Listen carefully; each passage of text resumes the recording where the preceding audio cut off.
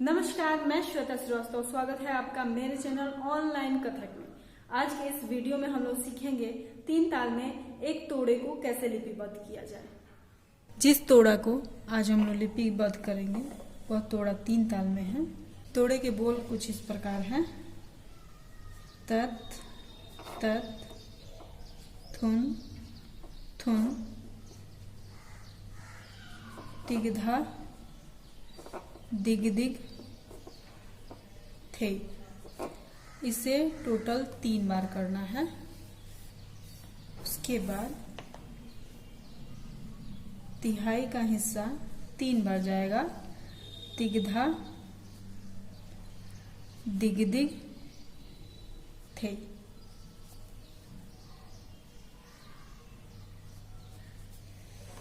किसी भी तोड़े को लिपिबद्ध करने के लिए कुछ बातों का ध्यान रखना आवश्यक होता है।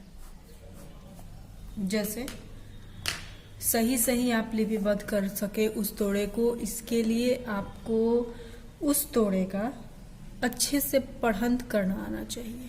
ये सबसे पहली शर्त है किसी भी तोड़े को, परण को या किसी भी बोल को लिपिबद्ध करने के लिए। तो इसकी पढ़ंत को हम 2 तरीके से कर सकते हैं। पहली तो ये जो है टोटल बोल वो 2 आवर्तन में जाएगी, मतलब सिंगल मात्रा पे, एक मात्रा पे एक जो भी ये वर्ड है, अक्षर है, उन्हें बोलकर। और दूसरा तरीका है 2 गुण की लय में, यानी एक मात्रा पे 2 बोलकर, जिससे यही सेम बोल एक बार अगर आप पढ़ंत करें सिंगल को तो 2 आवर्तन में खत्म होगी, और अगर डबल एक मात्रा पे पढ़ते हैं तो वह 1 आवर्तन में खत्म होगी। मैं दोनों तरीके से बताऊंगी अभी कि आप कैसे लिपिबद्ध करें, पर आपके लिए अच्छा ये रहेगा कि आप इसे 2 आवर्तन में पढ़ें, यानी एक मात्रा पर एक शब्द को बोलकर, अक्षर को बोलकर उसे फिनिश करें, ताकि यह 2 आवर्तन में बोल को लिपिबद्ध किया जा सके। जैसे एक बार मैं इसकी पढ़ंत पहले बता दूं: तत् तत् थुन थुन तिग धा दिग दिग थे। तत् तत् थुन थुन तिग धा दिग दिग थे। तत् तत् थुन थुन तिग धा दिग दिग थे। तिग धा दिग दिग थे। तिग धा दिग दिग थे। तिग धा दिग दिग थे। इस तरीके से हम अभी लिपिबद्ध करना सीखेंगे। तो सबसे पहले आप मात्राओं का विभाग कर लीजिए। जिस भी ताल में आपको उस बोल को अगर लिपिबद्ध करना है तो उसके आप मात्रा और विभाग का एक स्ट्रक्चर तैयार कर लीजिए, जिसमें आपको बोल को भर देना होगा। मैं पहले स्ट्रक्चर तैयार करने के लिए इसलिए कर रही हूँ कि जब आप पहली बार सीखते हैं तो आपको अंदाजा नहीं होता कि कौन सा बोल कहाँ जा रहा है। आपको पढ़ंत के माध्यम से उसे ध्यान में रखना होता है। लेकिन जब आप इसके अभ्यस्त हो जाते हैं तो आप आराम से उस बोल को डायरेक्ट लिखते भी जा सकते हैं और ताली खाली विभाग लगाते भी जा सकते हैं। तो सबसे पहले इसे समझने के लिए स्ट्रक्चर तैयार कर लें। अभी हम 2 आवर्तन में इसे लिपिबद्ध करने जा रहे हैं, तो पूरा 2 आवर्तन का विभाग, एक ढांचा तैयार कर लीजिए। 1 2 3 4 5 6 7 8 9 10 11 12 13 14 15 16। यहाँ मैंने पहले ही 2 आवर्तन को लिख रखा है लगातार, क्योंकि हम ये जो पहला बोल लिपिबद्ध करने वाले हैं ये 2 आवर्तनों में आएगी, क्योंकि एक मात्रा काल में हम लोग एक मात्रा काल का ही इस्तेमाल करने वाले हैं। जैसे पहली मात्रा पे गिनते जाइए और देखते जाइए: तत् तत् थुन थुन, यानी 4 मात्रा में हमें ये लिखना है: तत् तत् थुन थुन। आपको चंद्राकार लगाते जाना होगा, क्योंकि कभी हम लोग 2 मात्राओं का इस्तेमाल करेंगे और कभी सिंगल मात्राएं चलेंगी, कभी वो 4 की संख्या में चलेगी। तिग धा ये 5वीं पे जाएगा। दिग दिग जो होगा वो 6ठे के लिए है और थेई 7वां। जैसे यहाँ ध्यान दीजिए, तत् तत् थुन थुन तिग धा दिग दिग थेई। यहाँ प्रॉपर एक पूर्ण मात्रे का आस लेना है, तो हम यहाँ पे ऐसे 2 प्लुत का निशान लगा देंगे। उसके बाद फिर वापस लिखेंगे, क्योंकि सेम यही सीक्वेंस नेक्स्ट में 9वीं से पढ़ेंगे। तत् तत् थुन थुन तिग धा दिग दिग थेई आस, तो उसे भी हम ऐसे ही लिपिबद्ध करेंगे।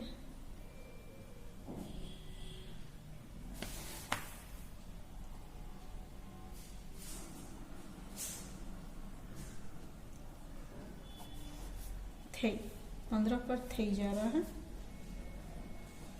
यहाँ ध्यान दीजिए कि ये जो है उसे 3 बार करना है, और अभी तक हमने सिर्फ 2 बार इसे लिखा है। तत् तत् थुन थुन तिगधा दिग दिग थे, तत् तत् थुन थुन तिगधा दिग थे, यानी 1 बार अभी और बचा हुआ है, जिससे यह बोल अगले आवर्तन में पहुंच जाएगा और उसे हम लोग फिर सम से स्टार्ट करेंगे। मतलब 2 हिस्सा, एक आवर्तन में खत्म हुआ और इसका तीसरा सम से स्टार्ट हो रहा है। तत् तत् थुन थुन, नेक्स्ट होगा तिगधा दिग दिग, 7वें मात्रा पे जाएगा थे, एंड 8वें पे पूर्ण आस। उसके बाद अब 9वीं से तिहाई का हिस्सा शुरू होता है, जो 3-3 मात्रे का जाता है। तिग तिगधा दिग दिग थे। यहाँ पे ध्यान ये रखना है कि तिहाई में आस वाला हिस्सा जो आ रहा है वो नहीं होगा, तो जिससे कि वो 4 मात्रे का न होकर 3-3 मात्रे का खत्म होगा। और 3 में 1, ये 3 लिखना है, तो 1 यहाँ हो गया, फिर 2 यहाँ जाके खत्म हो रहा है, और तीसरा जब वो थे ही आएगा तो वो सम पे आएगा, जिससे हमें 8 मात्रा बचा हुआ है। और लास्ट का जो ये थे का जो हिस्सा है वो हम सम पे लिख देंगे। जैसे ध्यान दीजिए यहाँ पे, तिगधा दिग दिग थे, फिर नेक्स्ट तिगधा दिग दिग, 14वीं पे जाएगा थे, तिगधा दिग दिग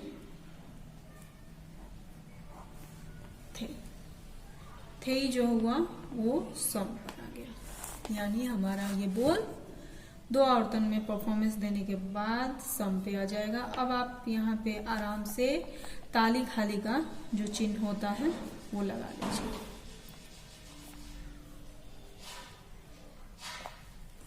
ये हुआ आपका एक मात्रा काल में एक मात्रा को पढ़ते हुए जैसे बोल खत्म करते हैं वैसे लिपिबद्ध करना।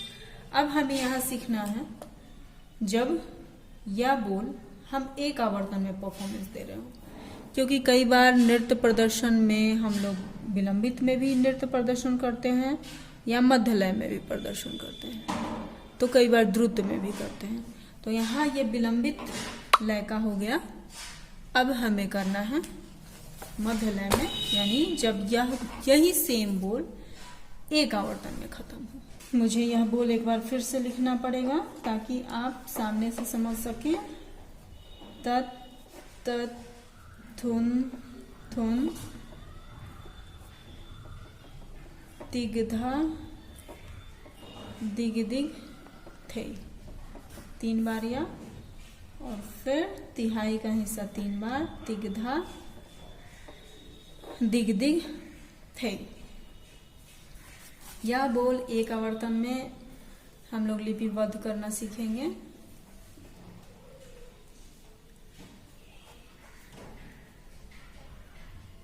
तीन ताल में। अभी जो लिपिबद्ध किया हमने उससे आप एक बार ध्यान से देखिएगा, क्योंकि हमें इन्हीं मात्राओं को एक में मिलाकर फिर एक आवर्तन में करना है। जैसे जो चीज आपने यहाँ एक बार, ये 3 बार जो लिखा हुआ है, उस एक बार को आपने 8 मात्रा में लिखा, वही चीज हमें 4 मात्रा में लिखना है, तब जाके यह एक आवर्तन में खत्म होगा। यानी तत् तत्, एक मात्रा पे जो ये तत् तत् अलग अलग है उसे दोनों को इकट्ठा करेंगे, तत् तत् फिर थुन थुन, तो ये दूसरी मात्रा पे जाएगा। यानी तिग्धा दिग दिग तीसरे मात्रा पे, थे और आस दोनों मिला के चौथे मात्रा पे। मतलब 8 को हमें 4 बनाना है।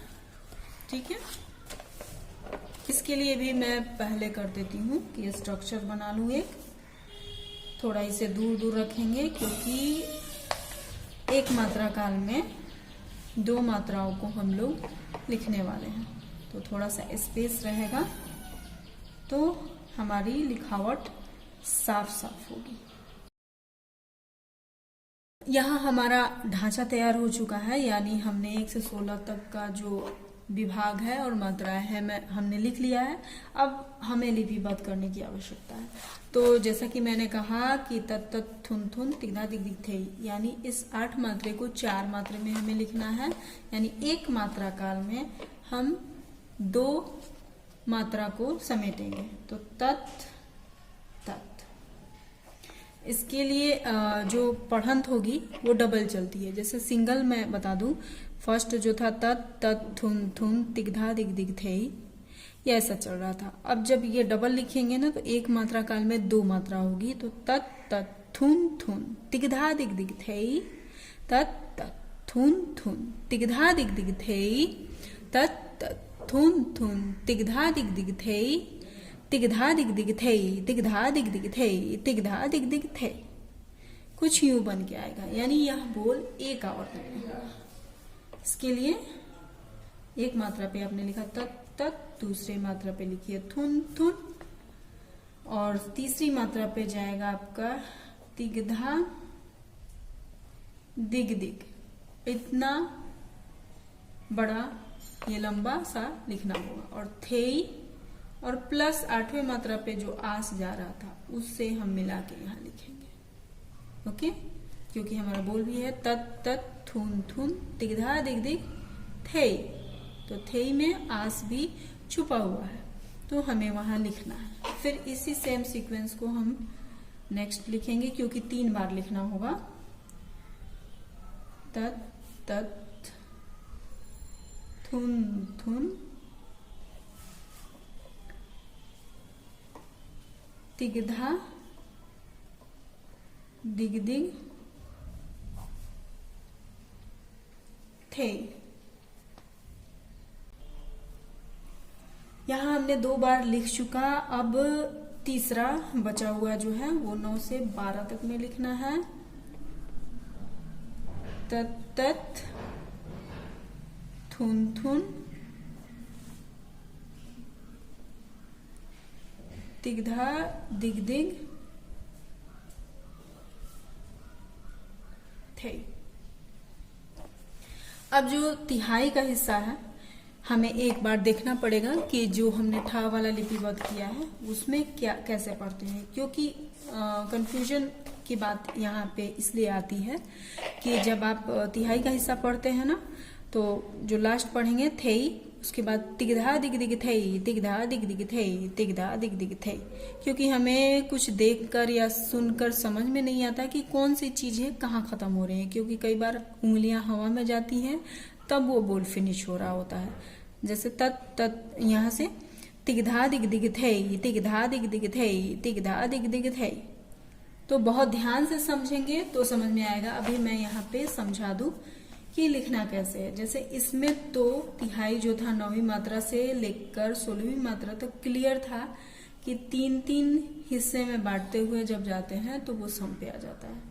लेकिन जब हमें यही चीज को 4 मात्रे में समेटना हो तो कैसे समेटेंगे? थे को तो छोड़ ही देना है, क्योंकि थे सम पे ही जाएगा। हमें इसको 4 मात्रे में लिखना है। तो बस यहाँ ध्यान रखिए कि तिगधा दिग दिग एक में लिखना है, थेई तिगधा एक में लिखना है। मतलब ये जो 9, 10, 11, 12 का जो मार्किंग है वो 9, 10 वाले को मिला देना है, एक मात्रा बन जाएगा। तो तिगधा दिग दिग, थेई तिगधा, दिग दिग थेई, तिगधा दिग दिग, कुछ ऐसा बनता है। मतलब अगर हम ध्यान से इसमें भी सुने तो होगा तिगधा दिग दिग थेई, तिगधा दिग दिग थेई, तिगधा दिग दिग थेई। फिर से सुनिए, अभी मैं थोड़ा इसको स्लो में पढ़ दूं। तिगधा दिग दिग थेई, तिगधा दिग दिग थेई, तिगधा दिग दिग थेई। यानी क्लियर सुनाई पड़ रहा है कि जो भी है वो बटा हुआ कैसे है, तिगधा दिग दिग थेई, तिगधा दिग दिग थेई, तिगधा दिग दिग थेई। तो हमें ऐसे ही लिखना है, यानी 13वीं मात्रा पे लिखेंगे तिगधा दिग दिग, फिर यहां मिलाएंगे थेई, फिर लिखेंगे तिगधा, फिर 15वीं पे लिखेंगे दिग दिग थेई। यहाँ पे 3 मात्राओं में 2 खत्म हो रहा है। अब 3 मात्राओं में 2/3 का जो हिस्सा है वो खत्म हो रहा है और लास्ट 1 बच रहा है। जैसे देखिए यहाँ पे 3 मात्रा में 2 कैसे खत्म हुआ, क्योंकि यहाँ आप गिनिएगा 6 मात्रा में आपका 2/3 का हिस्सा खत्म हो रहा होगा। 1, 2, 3, 4, 5, 6, 14 तक तिगधा दिग दिग थेई, तिगधा दिग दिग थेई। यानी जो 6 मात्रा में आ रहा है उसे हमने 3 मात्रा में यहाँ समेटा है, तिगधा दिग दिग थेई, तिगधा दिग दिग थेई। ठीक, ओके। और लास्ट 16 में हमें लिखना है तिगधा दिग दिग एंड 1 पे चला जाएगा थे, क्योंकि हमारा तिगधा दिग दिग यहाँ भी, तिगधा दिग दिग यहाँ भी 1 मात्रा के लिए आ ही रहा है और थे जो होगा वो सम पे चला जाएगा। ओके, ये हो गया आपका एक आवर्तन में इस तोड़े को लिपिबद्ध करना। यह जो तोड़ा अभी मैंने लिपिबद्ध करना बताया वो बिगिनर्स के लिए है। तो हम जब भी इसका प्रदर्शन करते हैं तो कभी विलंबित लय में करते हैं या मध्य लय में भी करते हैं। तो इसके दोनों तरीके से परहंत करते हैं। बिगिनर्स के लिए, जब छोटे बच्चे या बिल्कुल जो न्यू स्टूडेंट होते हैं उनको जब हम लोग सिखा रहे होते हैं तो इसका 1 मात्रा काल में 1 मात्रा काल वाली परहंत को बताते हैं। उसके बाद जब उनकी कमांड हो जाती है तो 1 मात्रा काल में 2 मात्रा काल को पढ़ना होता है। तो जो भी ये लयकारी को लिपिबद्ध करना बताया गया है, इसके दोनों मेथड बताया गया है। तो दोनों ही सही है, लेकिन आप किसमें कंफर्टेबल हैं उसको ध्यान रखते हुए पहले आप परहंत सीखिए। परहंत सीखने के बाद उसको लिपिबद्ध करने की कोशिश कीजिए। वैसे बहुत सारे ऐसे बोल हैं जिनकी लय फिक्स होती है कि ये इसी लय में होता है और ऐसे ही होगा। तो जब तक आप उस बोल का पढ़ंत अच्छे से न जान लें तब तक आप लिपिबद्ध नहीं कर पाएंगे, क्योंकि कुछ बोल को पढ़ने के दौरान कभी कभी कुछ चीजें हवा में भी खत्म हो रही होती है। मतलब जैसे बीट यहाँ बोला आपने और उसके बाद उठाया तो कुछ चीजें खत्म होती हैं और रखते ही कुछ चीजें बोली जाती हैं। तो जिस वजह से हमें ये समझना पड़ता है कि लिपिबद्ध करने के लिए कौन सी वर्ड, अक्षर, मात्रा किस मात्रे में लिपिबद्ध की जाएंगी। इसीलिए मैं बार बार कर रही हूँ कि एक अच्छा लिपिबद्ध करने के लिए, सही लिपिबद्ध करने के लिए आपको उस बोल का सही तरीके से पढ़ंत करना आना चाहिए। यानी पूरी तरह से मात्रा दर मात्रा बांट के ये समझना आना चाहिए कि किस मात्रा पे कौन सा बोल, कौन सी मात्रा, कौन सा अक्षर समाप्त हो रहा है या स्टार्ट हो रहा है। तब आप बिल्कुल बिना किसी परेशानी के अच्छे से लिपिबद्ध कर सकें।